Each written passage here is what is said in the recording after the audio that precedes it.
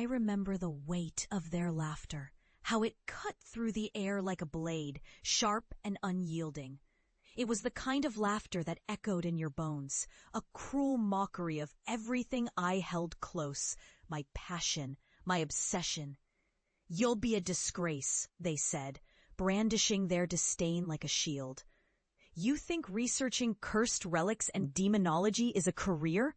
You're losing your mind."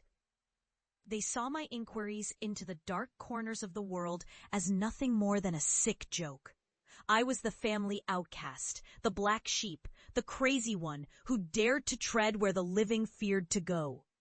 Years have passed since that fateful night when I left, suitcase in hand and heart in tatters, the echoes of their ridicule still following me like a ghost I couldn't shake.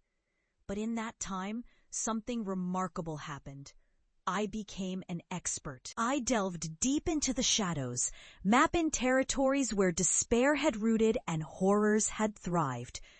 The world had shifted beneath my feet while I was away, and the truths I uncovered no longer seemed so absurd, but instead terrifyingly relevant. The headlines began to feature my name. "Occult archivist reveals hidden truths," and "Cursed relics, a study of the unseen." My work had transformed from the laughingstock of my family to a chilling warning for a world too naive to see what lurked on the periphery.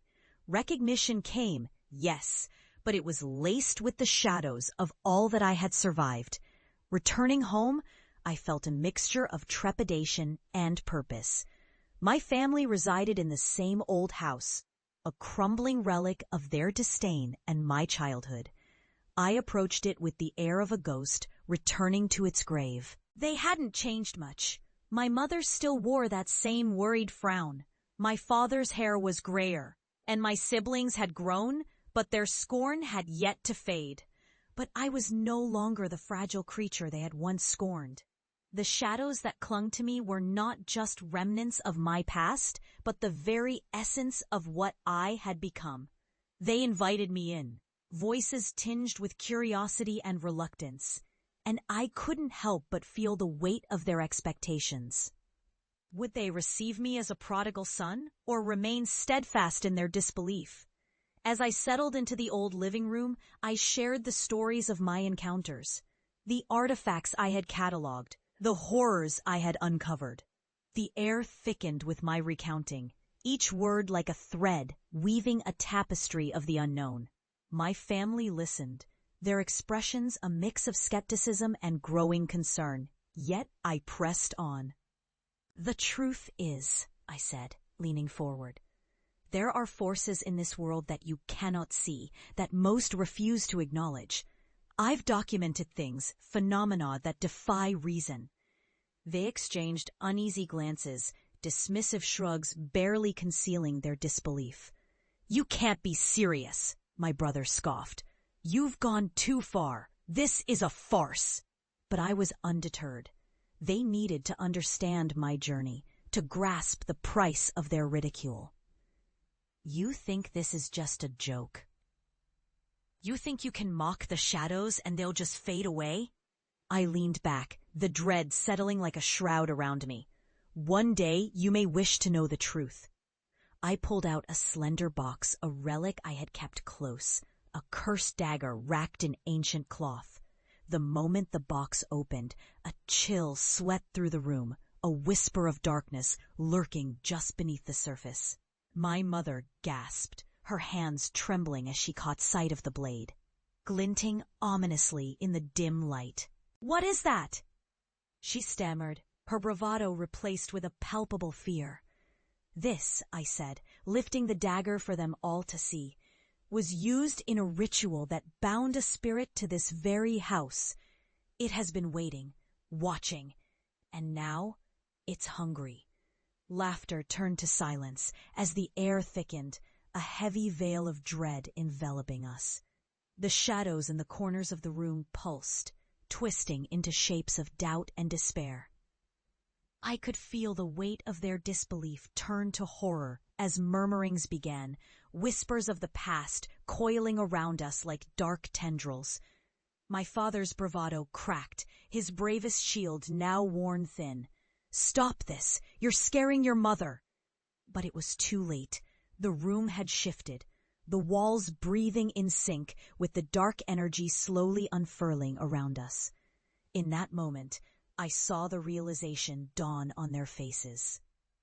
They had mocked a truth cloaked in darkness, and it had come home to roost. The lights flickered, and the temperature plummeted.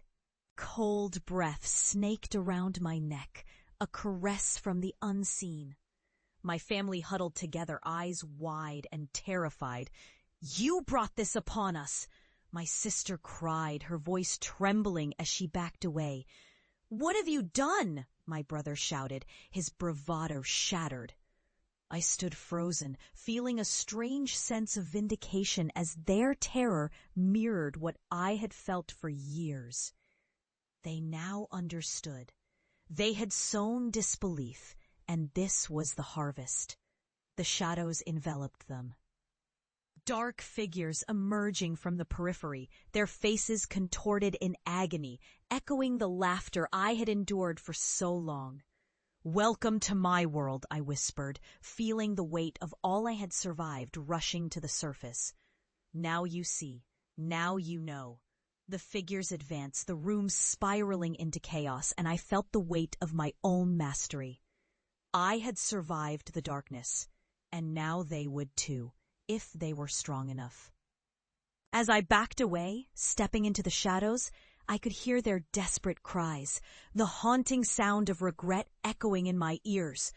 They would never see me as a disgrace again, but as a living testament to the horrors that lie beneath the surface, the truths they had denied. I felt the dark embrace tighten around me, a reminder of what I had conquered. As I stepped into the night, I glanced back at the house. The lights flickered once more, and I felt a deep, haunting satisfaction. Their disbelief had become their prison, and I had finally become the guardian of the darkness they feared. I left them to confront their own shadows, knowing I would never return. They had faced the weight of my obsession, the horror of my truth, and now they would live with the consequences of their doubt. The world may mock the shadows, but I had become its keeper, and it whispered my name.